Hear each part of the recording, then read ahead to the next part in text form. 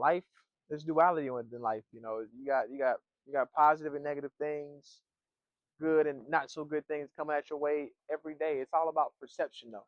If you can be able to view it in a in a good light, that's the way it is. If you wanted to view it in a bad light or not so good light, that's the way it is. Let me check my mic to make sure it's still on, because plenty of times I have spoken for 10+ minutes and the mic turned off, but it's still on. We good. But that's the way it is. Life is all about perception. What you perceive is your reality. Your outer world is a reflection of your inner world. So if you can look at somebody and if you can see a lot of busyness on the external, just know there's a lot of business on the internal, right? And I found peace. I'm so grateful for that. And I know a lot of people aren't where I'm at, nor am I where I want to be at. Because like I say, life is about evolution. Life is about evolving. Life is about growing. I'm not a complacent individual. And also life is about giving yourself grace too, understanding that one step is great. That's a great thing, to be able to go one step.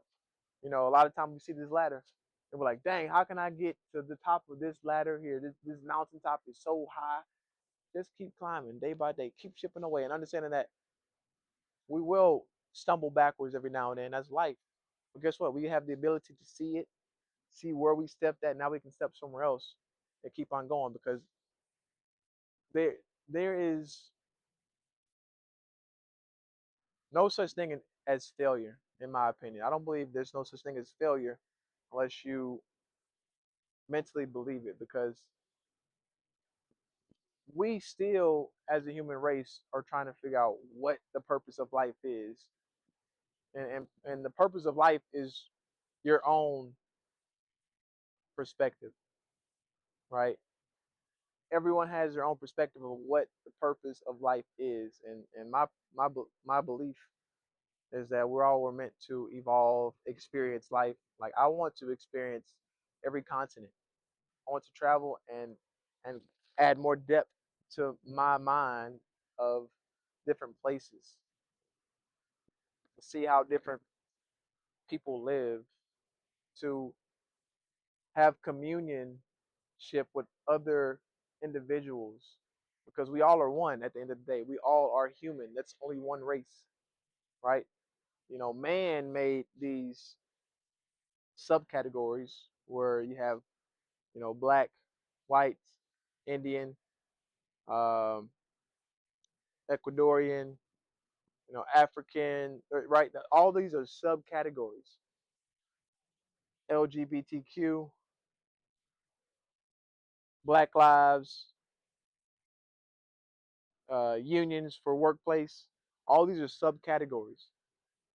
At the end of the day, we all are human. That's it. Simple as that. Human.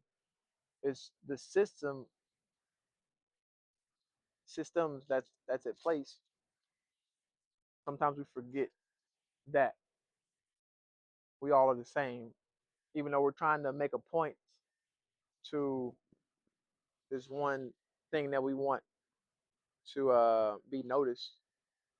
But we're all a human, and all these other subcategories are pulling us all apart one by one, making it thinner and thinner. The line between commonality thinner and thinner, right?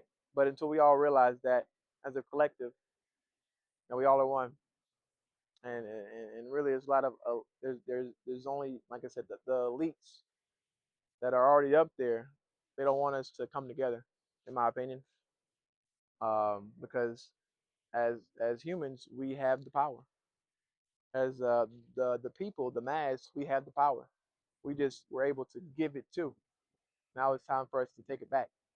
And I believe one way we can all be able to take it back is by living off the grid, because we used to live off the grid. We didn't used to depend on the government as much as we did now. A lot of people are and that's a scarcity mindset. I get it. It's it happens. I just believe, me personally, I believe the God frequency that we're all able to live in, live on. Um, I believe fear is far away from that joy, right? I'm like, why would we want to live in fear? How can I live in joy? So that's why I ask myself nowadays. I just ask myself, how can I